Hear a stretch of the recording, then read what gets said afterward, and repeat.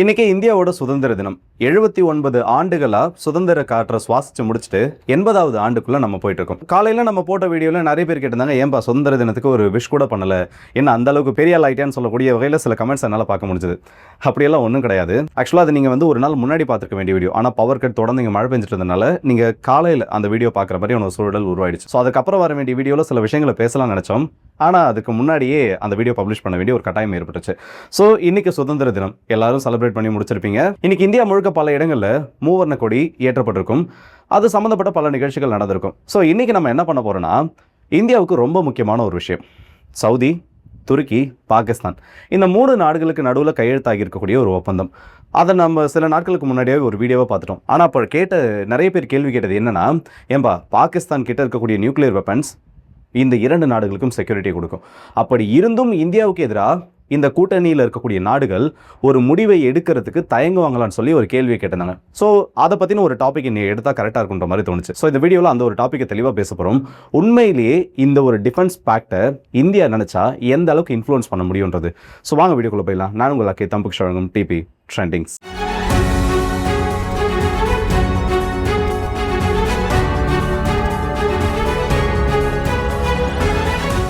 முதல் விஷயம், இந்த மெக்கா பேக்ட்னு சொல்றது இல்ல மெக்கா அக்ரிமெண்ட்னு சொல்றது, சவுதி அரேபியா, துருக்கி மற்றும் பாகிஸ்தான் இந்த 3 நாடுகளுக்கு நடுவில் கையெழுத்தாகி இருக்கக்கூடிய இந்த ஒப்பந்தம் ரொம்ப முக்கியத்துவம் வாய்ந்தது.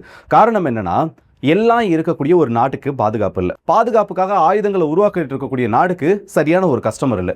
இப்படி இந்த 3 நாடுகளும் சவுதி அரேபியா, பாகிஸ்தான், துருக்கி அவங்களுக்குள்ள ஒவ்வொரு பிரச்சனைகளை ஃபேஸ் பண்ணிட்டு இருக்கப்போ இது எல்லாத்தையும் சேர்த்து சரி பண்றதுக்காக உருவாகி இருக்கக்கூடிய ஒரு அலைன்ஸ் தான். ஸோ அதை பத்தி நம்ம தெளிவாக அந்த வீடியோவில் பார்த்துருப்போம். ஸோ அதோட லிங்க் நான் இங்கே கொடுக்குறேன். மேலே பார்த்தீங்கன்னா அது கார்டு ஓடும், நீங்கள் அதை கிளிக் பண்ணீங்கன்னா அந்த வீடியோ நீங்கள் தெளிவாக பார்க்கலாம்.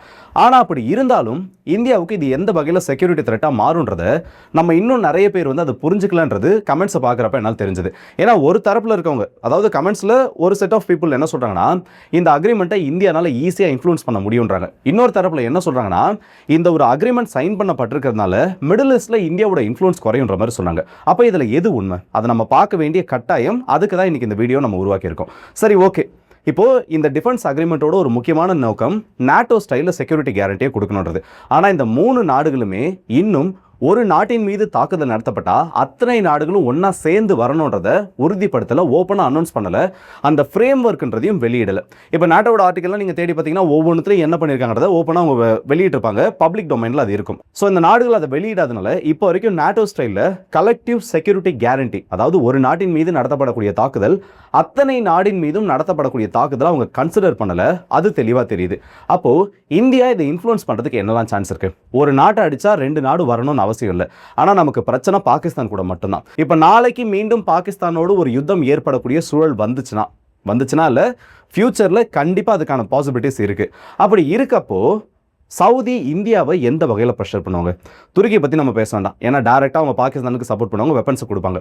ஆனால் இந்த சவுதி இந்தியாவை எந்த அளவுக்கு இன்ஃப்ளூயன்ஸ் பண்ணுவாங்கன்ற ஒரு சந்தேகம் தான் இந்த இடத்துல அத்தனை நபர்களுக்கும் இந்த 2 தரப்புக்கும் இடையில் இருக்கக்கூடிய அந்த கேள்வியை எழுப்புது.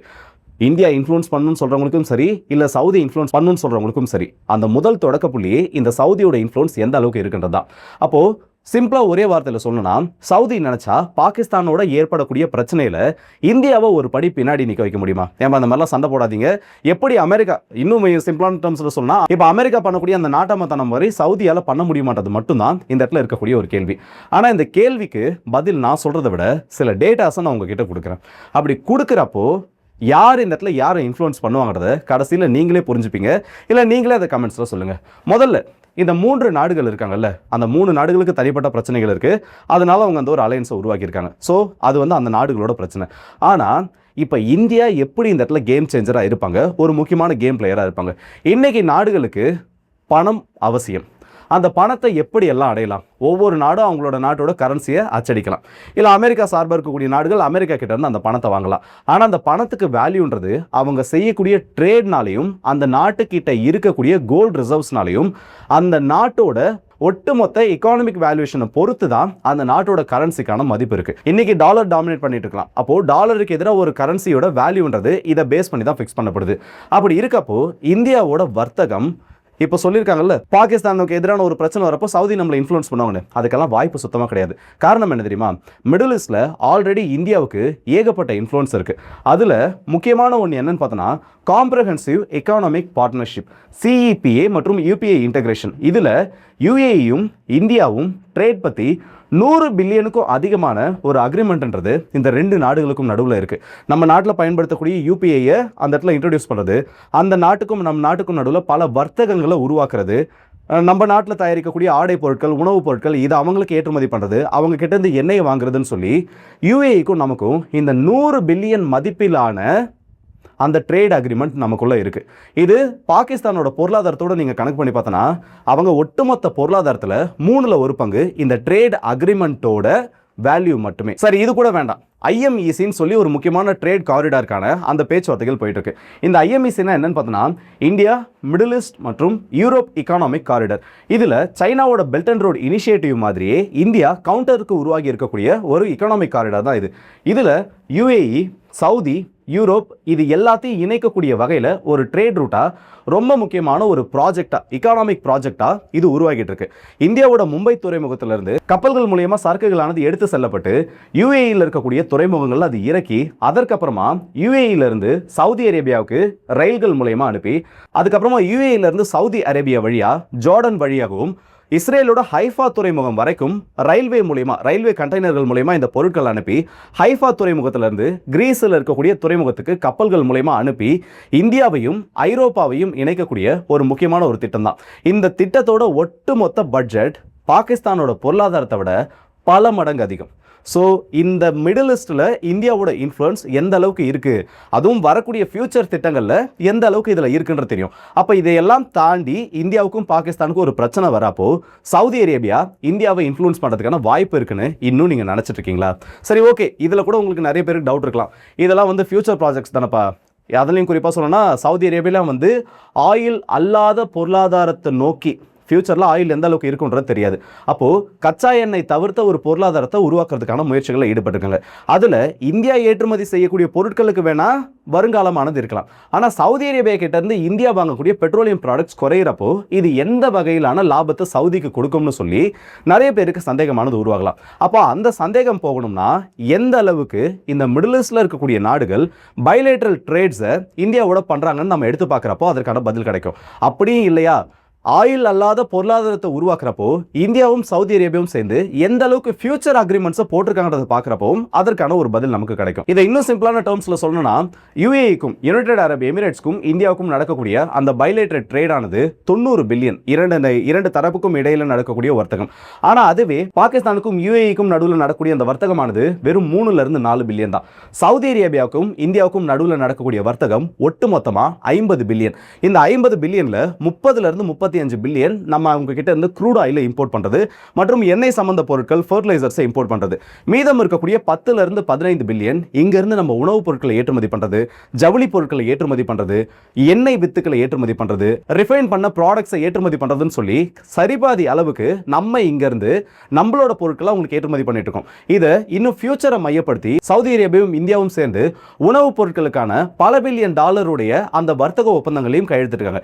அப்போ எண்ணெயும் இல்லைனாலும் பரவாயில்ல, விவசாய பொருட்களை பேஸ் பண்ணி அண்ட் ஃபியூச்சரா இருக்கக்கூடிய AI தொழில்நுட்பங்களை வளர்க்கறதுக்காகவும் இந்த ரெண்டு நாடுகளுக்கும் நடுவில் அந்த ஒப்பந்தங்களானது உருவாயிட்டு இருக்கு. ஸோ க்ரூட் ஆயிலே இல்லைனாலும் இந்த இரண்டு நாடுகளுக்கு இடையில இருக்கக்கூடிய வர்த்தகம் பாதிக்கப்படாத வகையில் ஃபியூச்சருக்கான அக்ரிமெண்ட்ஸ் ஆனது இருந்துட்டு இருக்கு. கம்பேரிட்டிவ்லி பாகிஸ்தான் கூட பார்த்தோம்னா எந்த ஒரு டிஃபென்ஸ் அக்ரிமெண்ட்டை இவங்க சைன் பண்ணிருக்காங்களோ அந்த பாகிஸ்தான் கூட பார்த்தோம்னா வெறும் 4-5 பில்லியன் தான். 10-1 சொல்லக்கூடிய அளவுக்கு தான் இவங்களோட ட்ரேட் ஆனது இருந்துட்டு இருக்கு. இப்பயும் நீங்க நினைக்கிறீங்களா பாகிஸ்தான் கூட ஒரு பிரச்சனை இந்தியாவை சவுதி அரேபியா இன்ஃப்ளூயன்ஸ் பண்ணும், இல்ல இந்தியா ஒரு நடவடிக்கை எடுக்கிறப்போ இந்த நாடுகள் கிட்ட அனுமதி வாங்க வேண்டிய ஒரு தேவை இருக்கணும். சரி, இப்போ கூட உங்களுக்கு டவுட் இருந்ததுன்னா இன்னும் அடுத்த டேட்டாஸை சொல்றேன். கத்தாரோட இந்தியா பண்ணக்கூடிய அந்த பைலேட்டரல் ட்ரேட் ஆனது 15 பில்லியனுக்கும் அதிகம். ஆனா அதுவே பாகிஸ்தான் கூட அவங்க கத்தார் பண்ணக்கூடிய ட்ரேட் வெறும் 2-2.5 பில்லியன் தான்.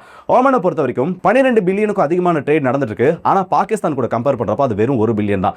ஆனா இந்தியா கிட்ட ஒரு விதத்துல மட்டும் இவங்களால நெருங்க முடியும். எகானாமிக் சாங்ஷன்ஸ் போடப்பட்டிருந்தாலும் ஈரானோட நம்ம செய்யக்கூடிய வர்த்தகமானது 2.5 பில்லியன்ல இருந்து 3.5 பில்லியன் வரைக்கும் தான். பாகிஸ்தான் அதே ஈரானோட சரிபாதி அளவுக்கு ஒரு 1.5 பில்லியன் வரைக்கும் இந்த ட்ரேடை பண்ணிட்டு இருக்காங்க. இந்த ஒரு இடத்துல மட்டும்தான் இந்தியாவுக்கும் பாகிஸ்தானுக்கும் ஒரு நாட்டோட நடக்கக்கூடிய அந்த வர்த்தகமானது கொஞ்சம் நெருங்கின விதத்தில் இருக்கு. ஆனா இதுலயும் பாகிஸ்தானுக்கு இருக்கக்கூடிய ஒரு அட்வான்டேஜ் என்ன தெரியுமா? பைப்லைன்ஸ் மூலமாவே ஈரான் கிட்ட இருந்து அவங்களால க்ரூட வாங்கிக்க முடியும். அதனால சாங்ஷன்ஸ் வரக்கூடிய ஆபத்து அவங்களுக்கு ரொம்ப கம்மி. ஆனா நம்ம கப்பல்கள் மூலமா க்ரூட் ஆயில் வாங்குறதுனால சாங்ஷன்ட் ஆயில கொண்டு போறதுக்கு கப்பல் உரிமையாளர்கள் பெரிய அளவில் இந்த இடத்துல அவங்களோட கப்பல்களை கொடுக்க மாட்டாங்க. ஸோ நிறைய இந்த இடத்துல பார்த்தோன்னா சாங்ஷன்டு கப்பல்கள் மூலயமா தான், பொருளாதார தடைக்கு உட்படுத்தப்பட்ட கப்பல்கள் மூலயமா தான் அதிக பணம் கொடுத்து நம்ம ஈரானோட ஆயிலை வாங்கிட்டு இருக்கோம். ஸோ இந்த ஒரு ட்ரேட் டிஃபரன்ஸை பார்க்குறப்பவே இந்தியா 100 பில்லியனுக்கு வர்த்தகம் பண்ணால் பாகிஸ்தான் பண்ணக்கூடிய வர்த்தகம் 8 to 10 பில்லியன்.